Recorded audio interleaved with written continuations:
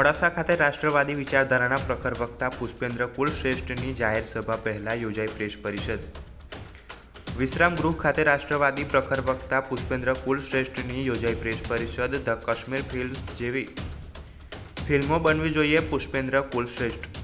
Gujarat files film બનાવવા પહેલા Godhra files film બનવી જોઈએ પુષ્પેન્દ્ર કુલશ્રેષ્ઠ। ગુજરાત ફાઇલ ફિલ્મ બનાવશું તો પ્રધાનમંત્રી અમારી તારીફ કરશે ના જવાબમાં વિરોધીઓ સામે નિવેદન।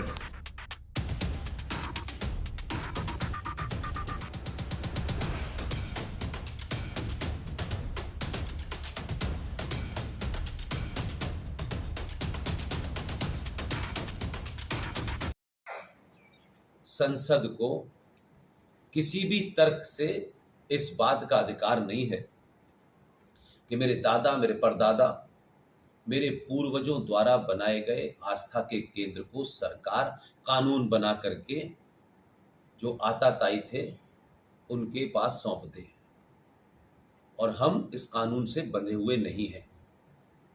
लिहाजा मेरा मानना है कि जो काम संसद में हुआ है उसे संसद के माध्यम से ही खत्म किया जा सकता है। लेकिन भारत का संविधान एक प्रावधान है, उसमें उस प्रावधान के तहत ऐसे कानून को, प्लेसेस ऑफ वर्शिप एक्ट 1991 को जो पूरे देश में लागू है, उसको खत्म करने के लिए राज्यों को एक अधिकार मिला है। धारा 254 ब्रैकेट में 2 ये धारा ये कहती है कि अगर गुजरात राज्य की विधानसभा सर्वसम्मति से ये प्रस्ताव पारित करे कि places of worship act 1991 Gujarat में लागू न हो, तो ये प्रस्ताव पारित करके वो राष्ट्रपति के पास भेजेगी, और राष्ट्रपति अगर उस पर साइन कर देंगे तो गुजरात राज्य में प्लेसेस ऑफ वर्शिप एक्ट 1991 लागू नहीं होगा, जिसके तहत अगर यहाँ हजारों मंदिर जो गुजरात में हैं उनके ऊपर से ये कानून निरस्त हो जाएगा। मेरा मानना है कि वो मंदिर, इस बात का मुझे इंटरेस्ट नहीं है कि वो हिंदुओं के थे, सनातनियों के थे। वो हिंदू, वो मंदिर दुनिया के बेहतरीन वास्तुशिल्प की एक मिसाल थे, आर्किटेक्चर की मिसाल थे।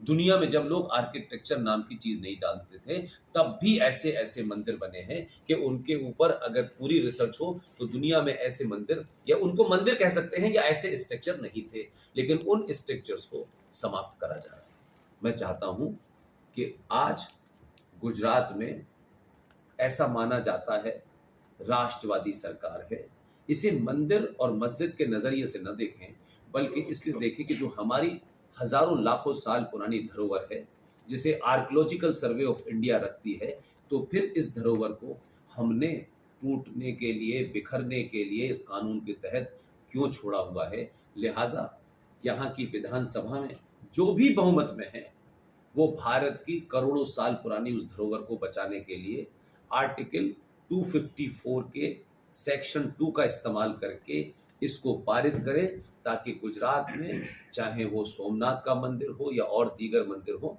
उनको बचाया जा सके। इसी तरीके के विषय में रोलिंग सर सवाल पूछिए तो जरूर करूंगा। समाज का जो प्रयोजन यहाँ मोडासा में मुझे भारत विकास परिषद, जो अनेक सामाजिक कार्य करती है, उन्होंने मुझे बुलाया है।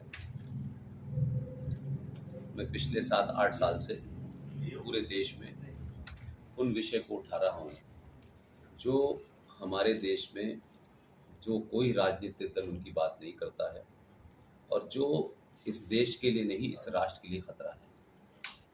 उसमें 2 मुद्दे सबसे ज़्यादा बड़े हैं जिनको मैं ज़्यादा जोर से बोलता हूँ।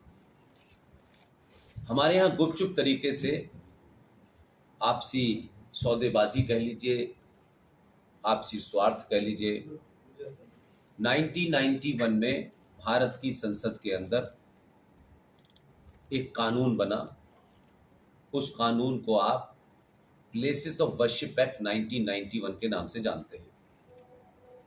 और क्योंकि उस वक्त नरसिम्हा राव की सरकार थी और उन्होंने एक कानून बना दिया कि देश में जो 40,000 मंदिर हैं जिनको इस्लामिक आक्रांताओं ने लूटा, तोड़ा, कहीं कहीं मंदिरों को तोड़ के मज़ार बनाई, मंदिरों को तोड़ के मस्जिद बनाई, उन तमाम मंदिरों के ऊपर भारत की संसद ने एक ऐसा कानून बना दिया कि 15 अगस्त 1947 को उन मंदिरों की जो भी स्थिति है वो यथा स्थिति अब रहेगी।